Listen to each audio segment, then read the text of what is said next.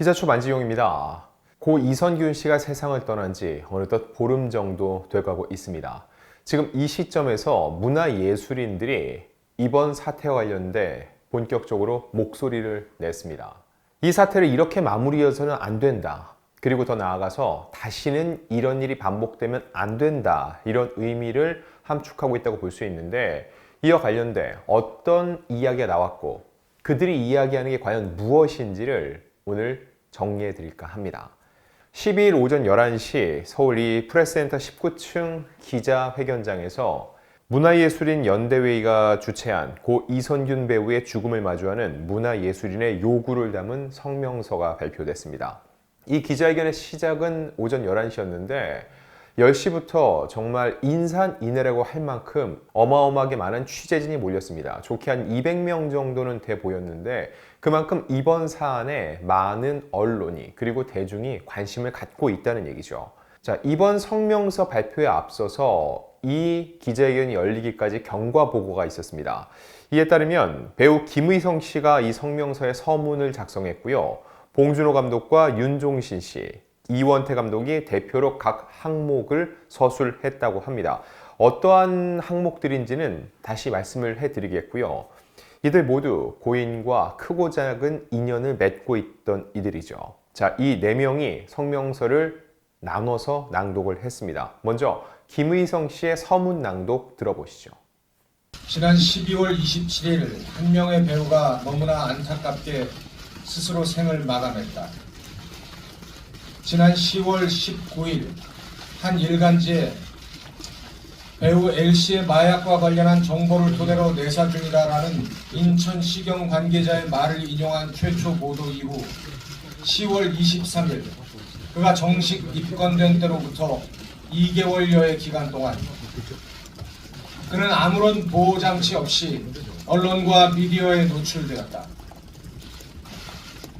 간이 시약검사, 국립과학수사연구원의 정밀 감정을 위한 시약 채취부터 음성 판정까지의 전 과정이 3차례에 걸친 경찰 소환 조사에 출석하는 모습이 모두 언론을 통해 생중계되었으며 사건 관련성과 증거 능력 유무조차 판단이 어려운 녹음 파일이 언론과 미디어를 통해 대중에게 공개되었다.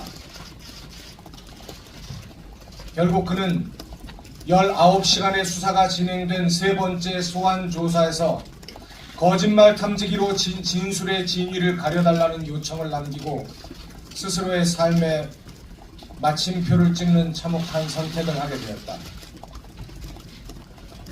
이에 지난 2개월여 동안 그에게 가해진 가혹한 인격살인에 대해 우리의 입장을 밝히는 것이 유명을 달리한 동료에 대한 최소한의 도리라 생각하여 아래와 같은 입장을 밝힌다. 자, 이 내용을 정리를 해보면은요. 간이 시약검사, 국과수 정밀검사 등에서 모두 음성 판정을 받았다. 그리고 3차례에 걸친 경찰 소환 조사에서 이 모습이 모두 언론을 통해 생중계됐다. 이 부분을 짚었는데 객관적, 물적 증거가 없는 상황 속에서 무리하게 수사를 이어간 것이 아니냐, 이런 지적이 계속됐는데 이와 연장선상에서 목소리를 낸 거라 볼 수 있습니다. 자, 다음을 보면 사건 관련성과 증거 능력 유무조차 판단이 어려운 녹음 파일이 미디어와 언론을 통해 대중에게 공개됐는데, 그리고 19시간 동안 진행된 수사 끝에 거짓말 탐지기로 진위를 가려달라는 요청을 남긴 후 삶의 마침표를 찍었다라고 얘기를 하고 있습니다. 결과적으로 볼 때 이런 내용들이 사건의 본질에 근접해 있나, 그리고 이런 의혹을 궁극적으로 과연 확인할 수 있는 내용들이었냐를 보면은 그런 내용들이라고 보긴 어렵다는 거죠. 결국 이런 상황 속에서 고인은 더욱더 큰 고통에 휘말렸고 이러한 선택을 할 수밖에 없었다는 지적이라 볼 수 있습니다. 자, 그리고 본문 내용을 하나씩 보겠습니다. 먼저 봉준호 감독이 그 내용을 낭독을 했는데요. 수사당국에 대한 요청이 봉준호 감독이 읽은 내용이었습니다. 그 내용 들어보시죠. 1. 수사당국에 요구합니다. 고인의 수사에 관한 내부 정보가 최초 노출된 시점부터 극단적인 선택에 이르기까지 2개월여에 걸친 기간 동안 경찰의 수사 보안에 과연 한치의 문제도 없었는지 관계자들의 철저한 진상규명을 촉구합니다. 수사가 진행되는 동안 공보 책임자의 부적법한 언론 대응이 없었는지, 공보 책임자가 아닌 수사 업무 종사자가 개별적으로 언론과 접촉하거나 기자 등으로부터 수사 사건 등의 내용에 관한 질문을 받은 경우 거기에 부적법한 답변을 한 사건이 없는지 한치의 의구심도 없이 조사하여 그 결과를 공개해 주기를 요청합니다. 특히 국립과학수사연구원의 정밀 감정 결과 음성 판정이 나왔던 지난 12월 24일 KBS 단독 보도에는 다수의 수사 내용이 이미 포함되어 있는데 어떤 경위와 목적으로 제공된 것인지 면밀히 밝혀져야 할 것이며, 세 번째 소환 조사에서 고인이 19시간의 밤샘 수사에도 불구하고 일관되게 혐의를 부인한 후인 12월 26일의 보도 내용 역시 그러합니다. 언론 관계자의 취재 협조는 적법한 범위 내에서 이루어져야 함에도 불구하고 세 차례에 걸친 소환 절차 모두 고인의 출석 정보를 공개로 한 점, 소환 당일 고인이 노출되지 않도록 대비하는 그 어떠한 조치도 취하지 않는 점이 과연 적법한 범위 내의 행위인지 명확하게 밝혀줄 것을 요청합니다. 수사당국은 적법 절차에 따라 수사했다는 단 한 문장으로 이 모든 책임에 대해 자유로울 수는 없다고 생각합니다. 수사 과정에 대한 철저한 진상조사만이 잘못된 수사 관행을 바로잡고 제2, 제3의 희생자를 만들지 않는 유일한 길입니다. 자, 이 내용을 살펴보면 일단 지난 2개월 동안 이선균 씨에 대해서 행해졌던 것들에 대해 본 감독은 인격살인이라는 표현을 썼습니다. 고인의 수사에 관한 내부 정보가 최초 유출된 시점부터 사망에 이르기까지 2개월에 걸친 기간 동안 경찰의 수사 보안에 한치의 문제도 없었는지 관계자의 철저한 진상 규명을 촉구한다. 이 이야기인즉 경찰의 수사는 보안이 아니냐. 그런데 심지어 내사 중인 내용이 왜 언론을 통해 나온 것이냐. 경찰 내부적으로 보안이 지켜진 게 맞는지 이걸 확인해 달라는 촉구였습니다.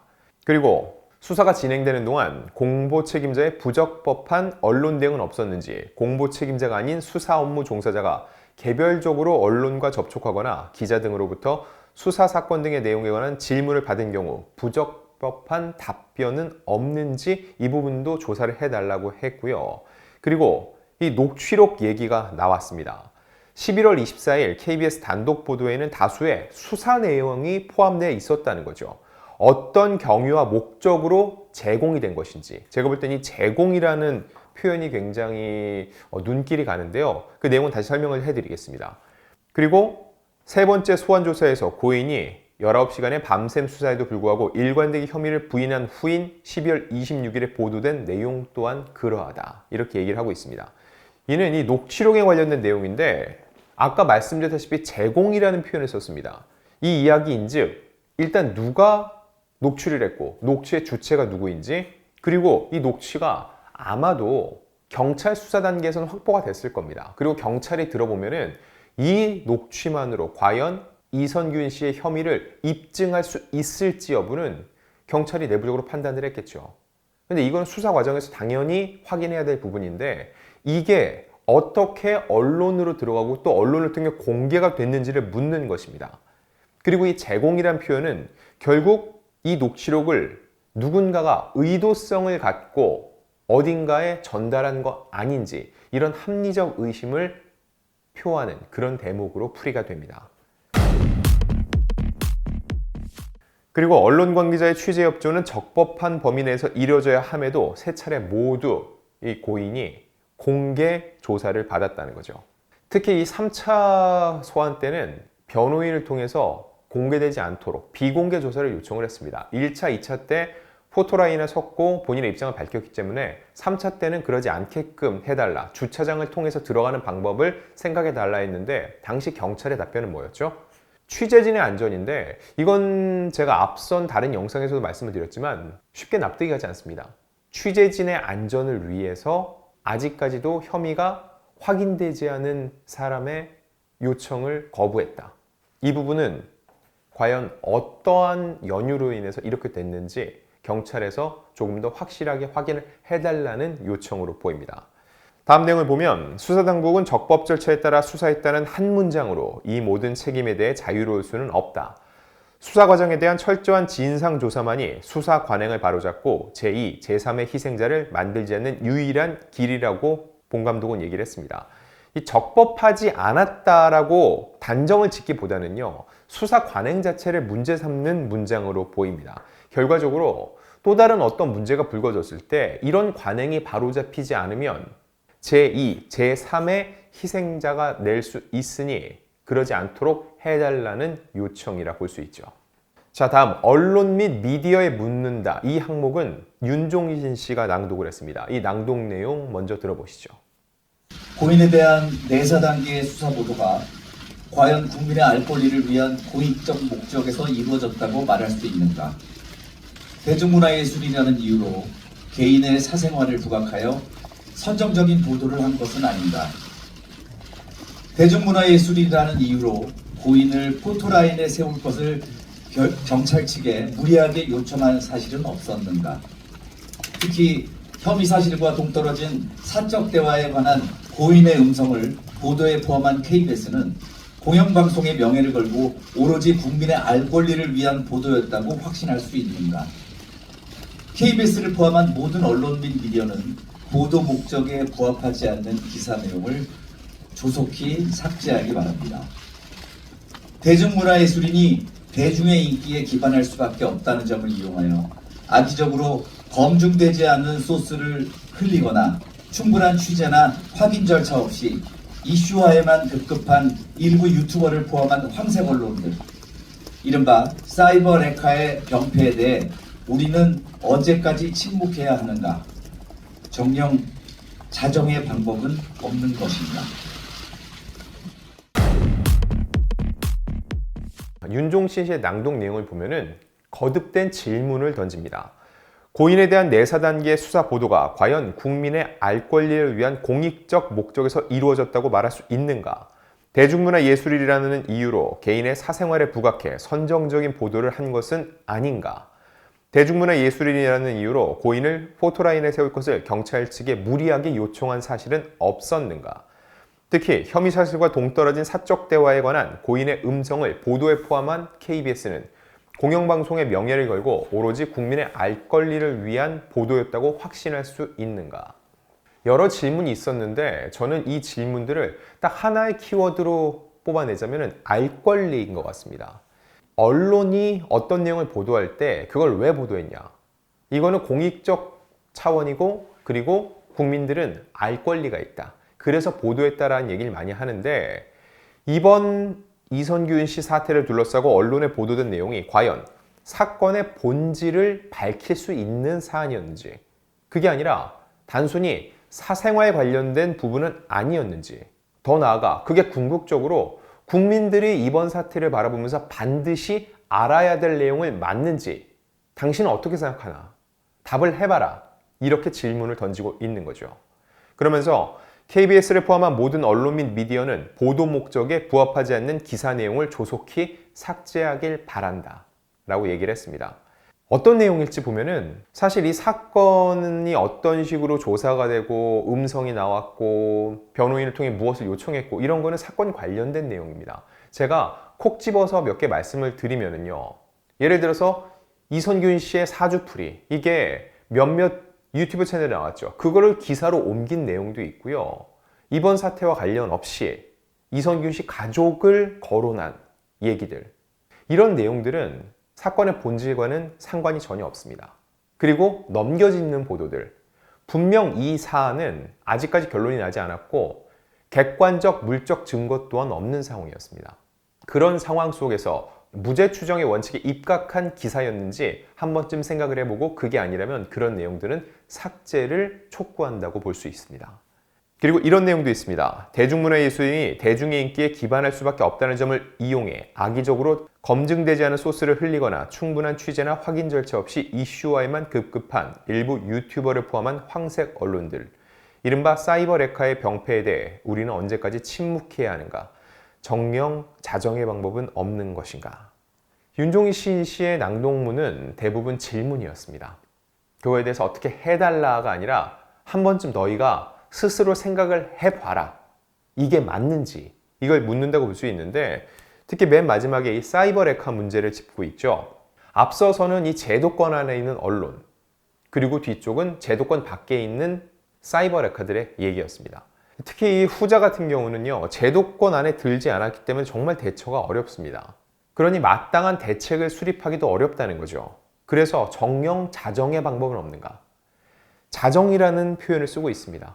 결국 제도권 안에서 이거를 바로잡을 수 없다면 인간이라면 그러면 안 되는 것이기에 자정, 스스로 자제를 하고 더 이상 그렇게 하지 않기를 촉구하는 목소리라는 생각이 듭니다. 마지막으로 정부 및 국회에 요구한다는 내용은 이원태 감독이 낭독을 했습니다. 설령 수사당국의 수사 절차가 적법했다 하더라도 정부 및 국회는 이번 사망 사건에 대해 침묵해서는 안 될 것이다. 이거는 최근 얘기 나오고 있는 이선균법 발의와 관련된 내용이라 볼 수 있는데 궁극적으로는 형사사건 공개 금지와 수사에 관한 인권 보호를 위한 현행 법령에 문제점이 없는지 점검하고 필요한 법령의 재개정 작업에 착수해 달라는 내용이고요. 그리고 피의자 인권과 국민의 알 권리 사이에서 원칙과 예외가 뒤바뀌는 일이 없도록 수사당국이 법의 취지를 자의적으로 해석, 적용하는 일이 없도록 명확한 입법적 개선이 필요하다고 얘기를 했습니다. 이 부분은 쉽게 말하면 이거예요. 인권이 우선이냐, 알 권리가 우선이냐. 이걸 놓고 봤을 때 인권, 사람이 가장 우선돼야 되고 그 사람을 사람답게 대하는 범위 내에서 알 권리를 충족시키기 위한 어떠한 조치가 필요하지 않냐란 얘기로 들립니다. 그리고 궁극적으로 위 요구와 질문에 대해 납득할 만한 결과가 나올 때까지 최선의 노력을 다할 것이라고 얘기를 했는데 결국 이 성명서 발표, 기자회견은 시작이었다는 거죠. 이날 기자회견에서 질의응답은 없었습니다. 이러한 내용들을 우리는 요청을 한다, 발표하는 수준에서 마무리가 됐는데 추후 이거에 대해서 이제 경찰, 수사당국, 그리고 언론들, KBS를 포함한 언론들이 어떠한 답을 내놓겠죠. 근데 그거에 대해서 충분한 납득할 만한 내용이 없다면 추가적인 입장을 내거나 혹은 여러 단체들이 모였거든요. 그들이 집단적인 어떤 행동을 보여주지 않을까도 생각해 볼 수 있는데 이번 사태 이렇게 마무리되어서는 안 된다는 것은 많은 이들이 공감을 하고 있습니다. 자, 과연 이 성명 발표를 기준으로 해서 추후 어떠한 수사당국과 언론의 입장이 나올지 실제로 본질과 사건 없는 기사들이 삭제가 될지 수사당국은 지금 제기된 여러 질문들에 대해서 과연 답변을 내놓을지 이런 부분들도 추가적인 소식이 들어오는 대로 여러분들께 전달드리도록 하겠습니다.